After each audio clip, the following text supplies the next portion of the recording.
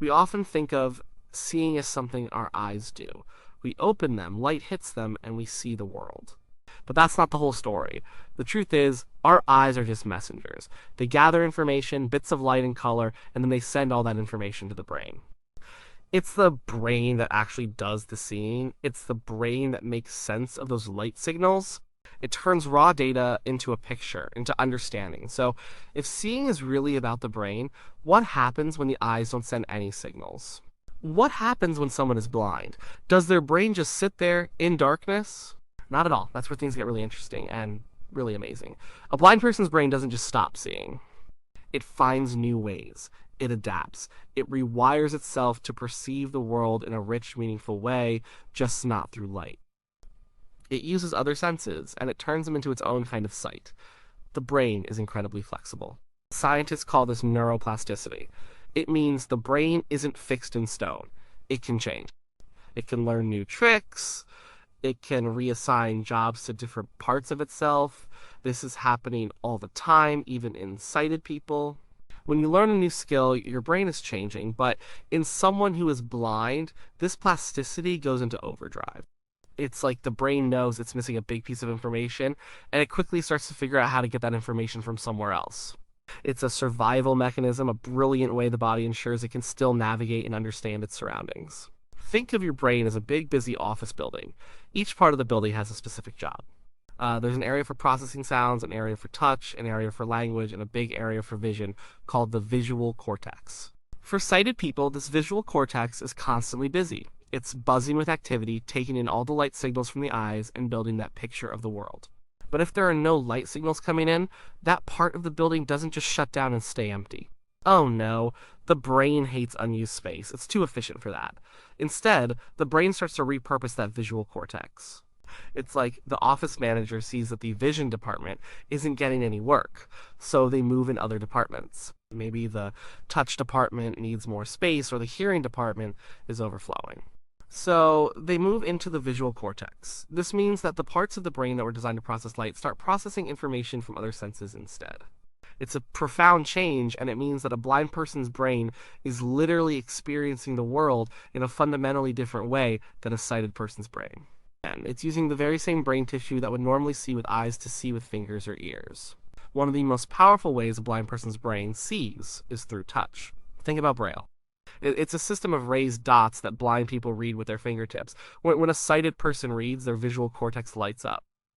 But when a blind person reads Braille, their visual cortex also lights up. This isn't just a metaphor.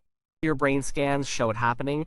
The part of the brain that would normally be processing the shapes of letters on a page is now processing the shapes of dots under their fingers. Their fingers aren't just feeling the dots. Their brain is turning those feelings into a mental representation, a kind of visual image made entirely of touch. It's more than just reading Braille, though. Touch becomes an explorer. Hands and fingers become sophisticated sensors. They can feel the texture of a wall, the warmth of a coffee cup, the shape of a piece of fruit. And the brain builds a detailed mental picture from all this. When a blind person touches something, they are not just feeling it, their brain is actively constructing a three-dimensional model of that object, complete with its properties. They can feel the exact dimensions, the smoothness or roughness, even the subtle vibrations that tell them something about the material. Their brain creates a sort of mental blueprint of the world around them, built entirely from these tactile sensations. This extends to navigating space. A blind person might trail their hand along a wall to know where they are in a corridor. They feel the doorknobs, the breaks in the wall, the different surfaces. Each touch adds more detail to their internal map. Their brain processes these touch inputs with incredible speed and accuracy, constantly updating their understanding of their position and their surroundings.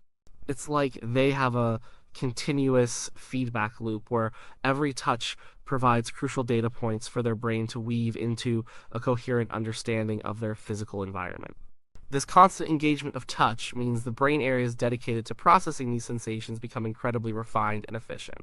And then there's sound. Sound is another huge source of information. Blind people often become incredibly good at understanding their environment through sound.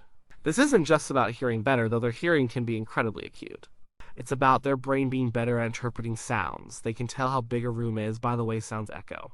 They can know if a door is open or closed by the subtle change in air current or sound reflection. They can identify people not just by their voice, but by their unique footsteps. Their brain takes all these sound cues and turns them into a rich, detailed understanding of the space and the objects within it. Some blind people even use echolocation, much like bats or dolphins. They make clicking sounds with their mouth and then they listen to the echoes. By interpreting how those echoes bounce back, they can figure out where objects are, how big they are, and even what material they are made of. This is an incredibly sophisticated skill, and it's another powerful example of the brain repurposing its visual areas.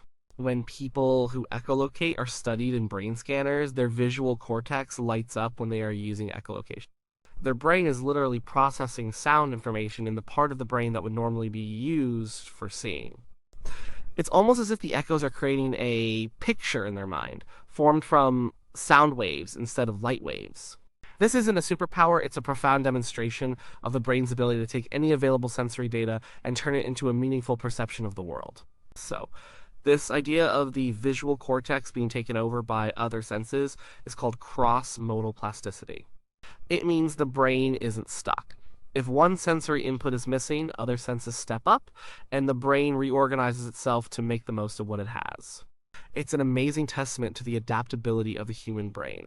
This means that when a blind person describes seeing something, even if they don't use that exact word, they're describing a complex, integrated sensory experience that gives them a full and functional understanding of their surroundings.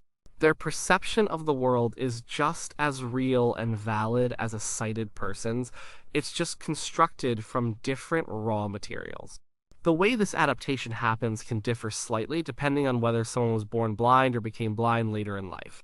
If someone is born blind, their visual cortex never gets the chance to process light. So, from the very beginning, it's open for business for other senses. It adapts early and profoundly. The brain pathways for touch and hearing might develop stronger connections to the visual cortex from a very young age. This early rewiring means that their brain is optimized from the start for non-visual perception.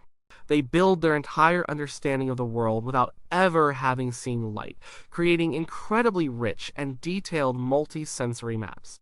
For someone who becomes blind later in life, the visual cortex might have already had years of experience processing light.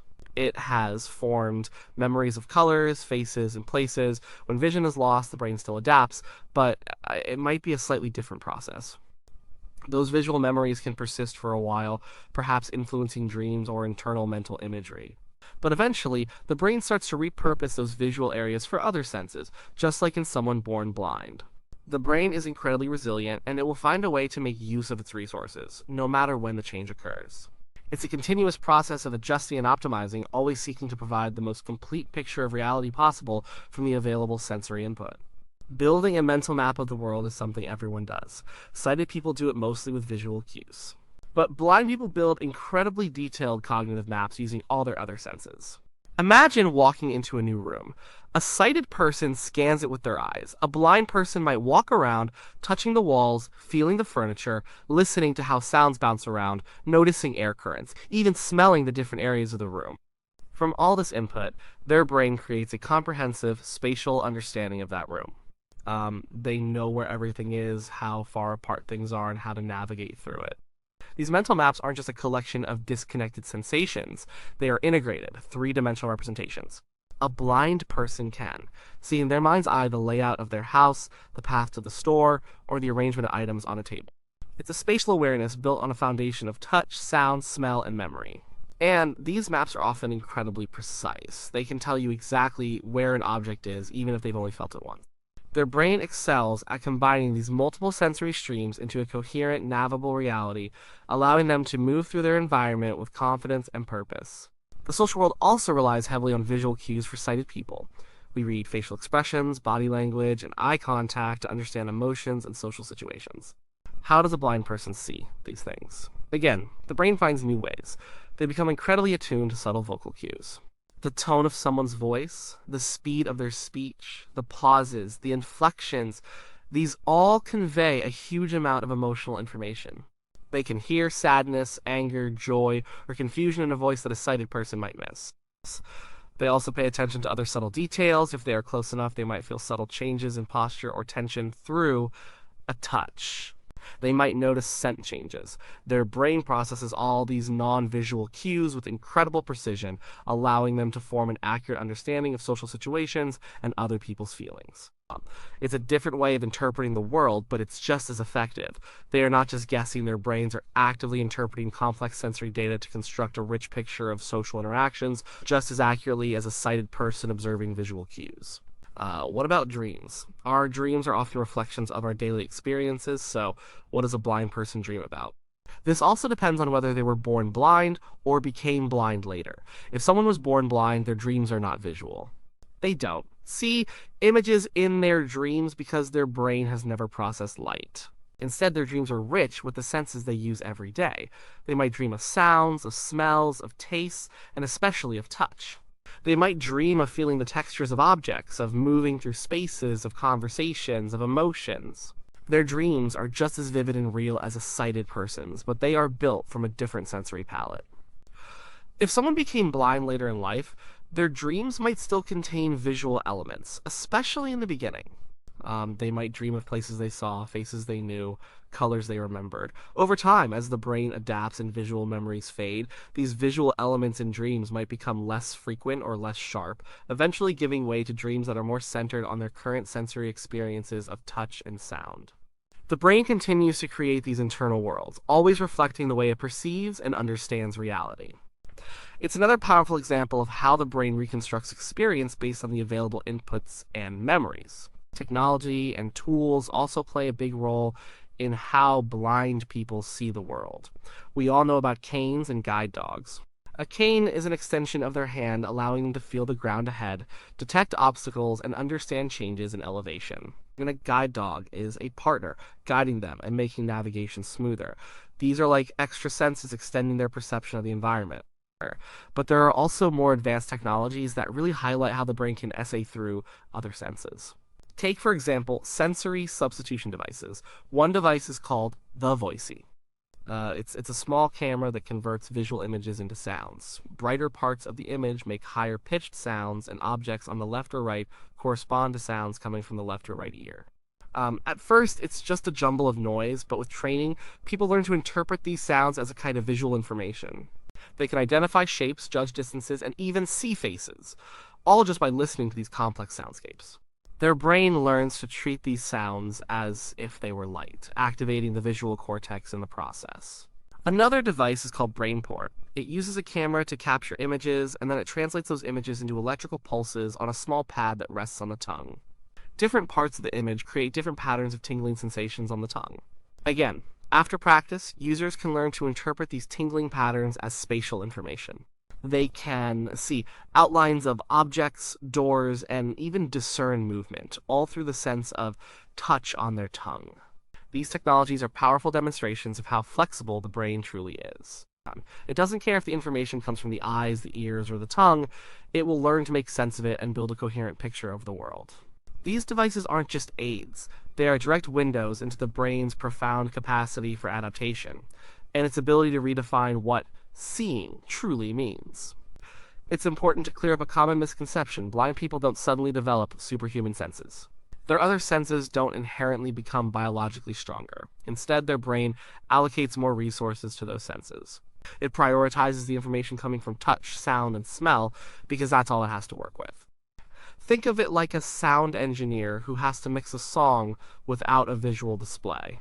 They become incredibly focused on every nuance of the sound because that's their only source of information.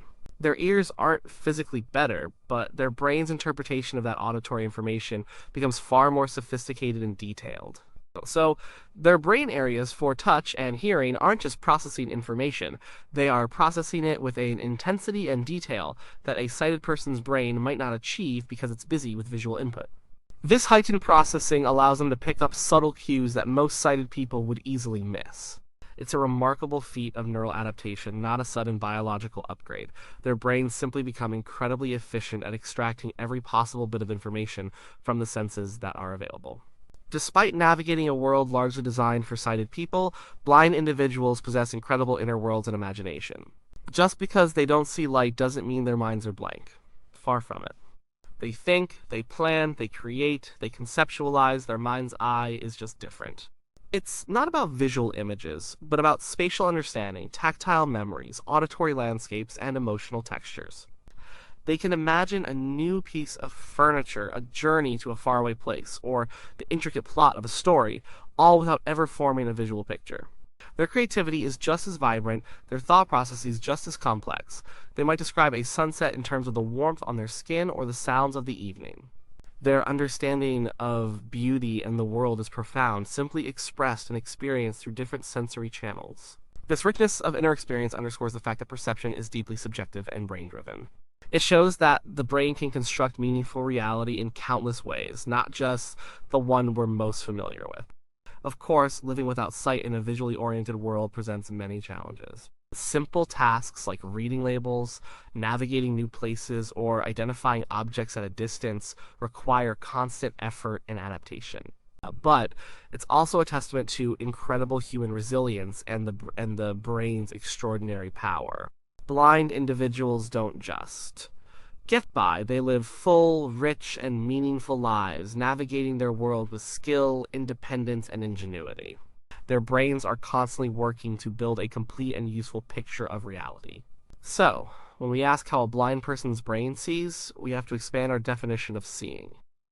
It's not just about light and eyes, it's about the brain taking in information from any available source: touch, sound, smell, taste, and then constructing a coherent, navigable, and meaningful reality. The brain is the ultimate architect of our perception. For a blind person, their brain takes on an even more incredible role, becoming a master interpreter, repurposing its resources, and building a world that is just as real and just as vibrant as the one a sighted person experiences, simply built from a different set of senses.